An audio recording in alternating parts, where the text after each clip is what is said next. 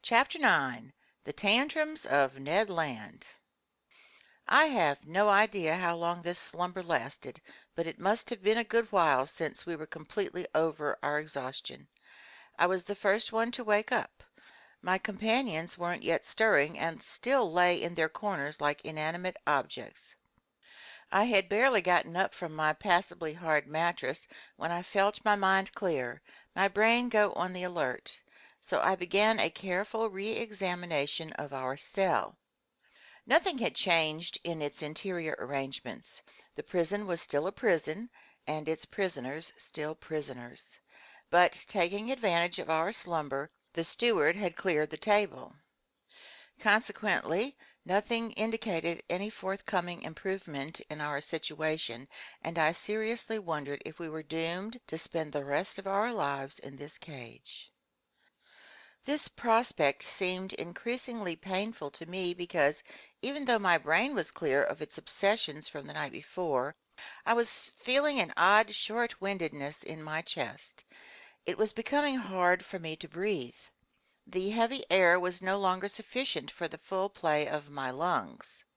Although our cell was large, we obviously had used up most of the oxygen it contained.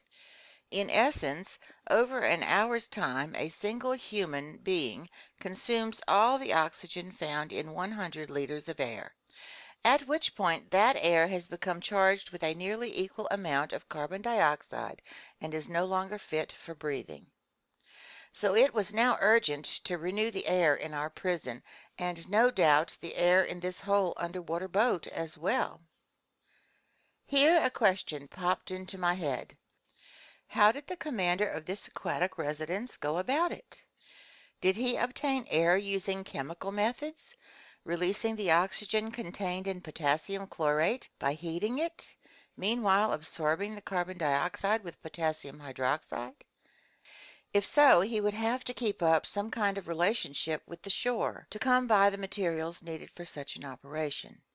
Did he simply limit himself to storing the air in high-pressure tanks and then dispense it according to his crew's needs? Perhaps. Or, proceeding in a more convenient, more economical, and consequently more probable fashion, was he satisfied with merely returning to breathe at the surface of the water like a cetacean, renewing his oxygen supply every 24 hours? In any event, whatever his method was, it seemed prudent to me that he use this method without delay. In fact, I had already resorted to speeding up my inhalations in order to extract from the cell what little oxygen it contained, when suddenly I was refreshed by a current of clean air, scented with a salty aroma. It had to be a sea breeze, life-giving and charged with iodine.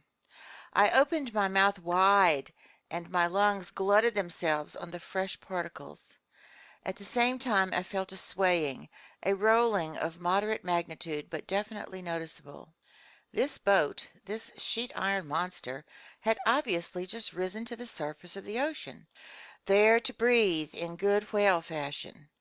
So the ship's mode of ventilation was finally established. When I had absorbed a chestful of this clean air, I looked for the conduit, the air carrier, if you prefer, that allowed this beneficial influx to reach us, and I soon found it. Above the door opened an air vent that let in the fresh current of oxygen, renewing the thin air in our cell. I had gotten to this point in my observations when Ned and Conseil woke up almost simultaneously, under the influence of this reviving air purification. They rubbed their eyes, stretched their arms, and sprang to their feet. "Did master sleep well?" Conseil asked me with his perennial good manners. "Extremely well, my gallant lad," I replied. "And how about you, Mr. Ned Land?" "Like a log, Professor, but I must be imagining things because it seems like I'm breathing a sea breeze." A seaman couldn't be wrong on this topic, and I told the Canadian what had gone on while he slept. "Good," he said. "That explains perfectly all that bellowing we heard when our so-called narwhal lay in sight of the Abraham Lincoln." "Perfectly, Mr. Land. It was catching its breath." Only I've no idea what time it is, Professor Aronnax, unless maybe it's dinner time. Dinner time, my fine harpooner? I'd say at least breakfast time, because we've certainly woken up to a new day. Which indicates, Conseil replied, that we've spent 24 hours in slumber. That's my assessment, I replied. I won't argue with you, Ned Land answered, but dinner or breakfast, that steward will be plenty welcome whether he brings the one or the other. The one and the other, Conseil said. Well put, the Canadian replied. We deserve 2 meals, and speaking for myself, I'll do justice to them both. All right, Ned, let's wait and see, I replied. It's clear that these strangers don't intend to let us die of hunger. Otherwise, last evening's dinner wouldn't make any sense. Unless they're fattening us up, Ned shot back. I object, I replied. We have not fallen into the hands of cannibals. Just because they don't make a habit of it, the Canadian replied in all seriousness, doesn't mean they don't indulge from time to time. Who knows? Maybe these people have gone without fresh meat for a long while, and in that case 3 healthy, well-built specimens like the professor, the manservant, and me. Get rid of those ideas, Mr. Land, I answered the harpooner, and above all, don't let them lead you to flare up against our hosts, which would only make our situation worse. Anyhow, the harpooner said, I'm as hungry as all Hades, and dinner or breakfast, not one puny meal has arrived. Mr. Land, I answered, we have to adapt to the schedule on board, and I imagine our stomachs are running ahead of the chief cook's dinner bell. Well then, we'll adjust our stomachs to the chef's timetable, Conseil replied serenely. There you go again, Conseil, my friend, the impatient Canadian shot back. You never allow yourself any displays of bile or attacks of nerves. You're everlastingly calm. You'd say your after-meal grace even if you didn't get any food for your before-meal blessing, and you'd starve to death rather than complain. What good would it do? Conseil asked. Complaining doesn't have to do good. It just feels good. And if these pirates, I say pirates out of consideration for the professor's feelings, since he doesn't want us to call them cannibals, if these pirates think they're going to smother me in this cage without hearing my cuss words spice up my outbursts, they've got another thing coming. Look here, Professor Aronnax, speak frankly. How long do you figure they'll keep us in this iron box? To tell the truth, friend Land, I know little more about it than you do. But in a nutshell, what do you suppose is going on? My supposition is that sheer chance has made us privy to an important secret. Now then, if the crew of this underwater boat have a personal interest in keeping that secret, and if their personal interest is more important than the lives of 3 men, I believe that our very existence is in jeopardy. If such is not the case, then at the first available opportunity, this monster that has swallowed us will return us to the world inhabited by our own kind. Unless they recruit us to serve on the crew, Conseil said, and keep us here. Till the moment, Ned Land answered, when some frigate that's faster or smarter than the Abraham Lincoln captures this den of buccaneers, then hangs all of us by the neck from the tip of the mainmast yardarm. Well thought out, Mr. Land, I replied, but as yet I don't believe we've been tendered any enlistment offers. Consequently, it's pointless to argue about what tactics we should pursue in such a case. I repeat, let's wait.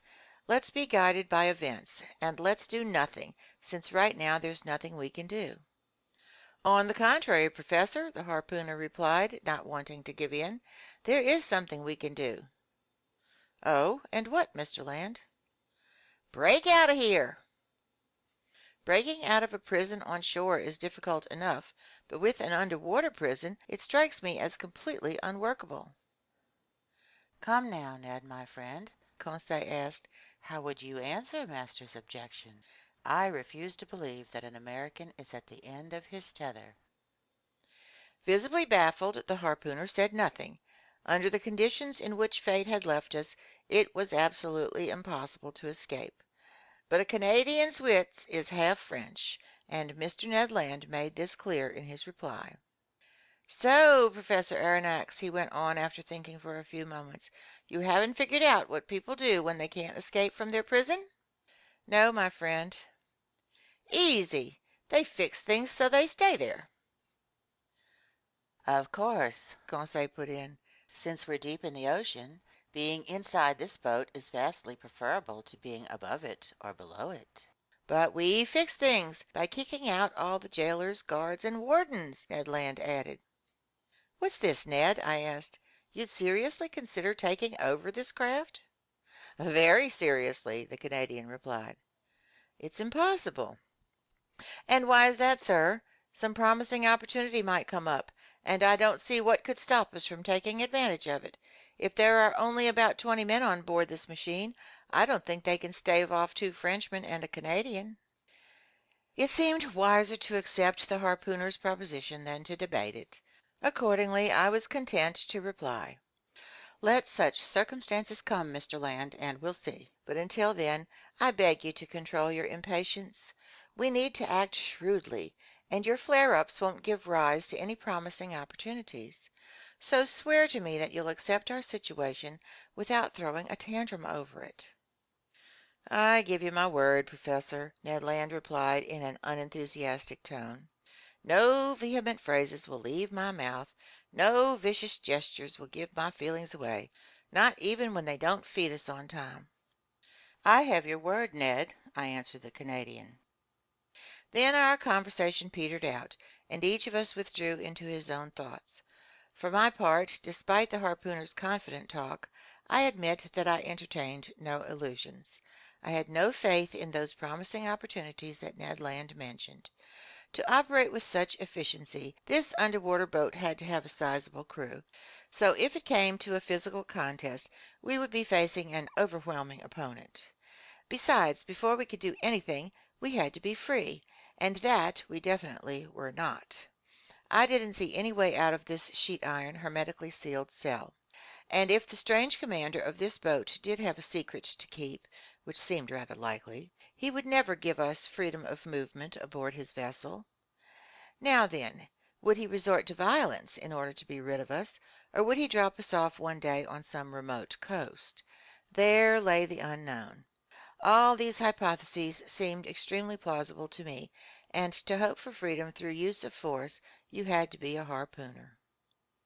I realized, moreover, that Ned Land's brooding was getting him madder by the minute. Little by little, I heard those aforesaid cuss words welling up in the depths of his gullet, and I saw his movements turn threatening again.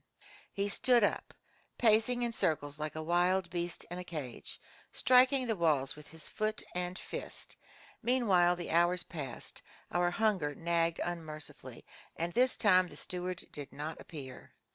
Which amounted to forgetting our castaway status for much too long, if they really had good intentions toward us. Tortured by the growling of his well-built stomach, Ned Land was getting more and more riled, and despite his word of honor, I was in real dread of an explosion when he stood in the presence of one of the men on board. For 2 more hours Ned Land's rage increased. The Canadian shouted and pleaded, but to no avail. The sheet iron walls were deaf. I didn't hear a single sound inside this dead-seeming boat. The vessel hadn't stirred, because I obviously would have felt its hull vibrating under the influence of the propeller. It had undoubtedly sunk into the watery deep, and no longer belonged to the outside world. All this dismal silence was terrifying. As for our neglect, our isolation in the depths of this cell, I was afraid to guess at how long it might last. Little by little, hopes I had entertained after our interview with the ship's commander were fading away. The gentleness of the man's gaze, the generosity expressed in his facial features, the nobility of his bearing, all vanished from my memory. I saw this mystifying individual anew for what he inevitably must be, cruel and merciless. I viewed him as outside humanity, beyond all feelings of compassion, the implacable foe of his fellow man, toward whom he must have sworn an undying hate. But even so, Was the man going to let us die of starvation, locked up in this cramped prison, exposed to those horrible temptations to which people are driven by extreme hunger? This grim possibility took on a dreadful intensity in my mind, and fired by my imagination, I felt an unreasoning terror run through me. Conseil stayed calm. Ned Land bellowed. Just then a noise was audible outside. Footsteps rang on the metal tiling. The locks were turned, the door opened, the steward appeared. Before I could make a single movement to prevent him, the Canadian rushed at the poor man, threw him down, held him by the throat. The steward was choking in the grip of those powerful hands. Conseil was already trying to loosen the harpooner's hands from his half-suffocated victim, and I had gone to join in the rescue when I was abruptly nailed to the spot by these words pronounced in French. "Calm down, Mr. Land, and you, Professor, kindly listen to me." End of chapter 9.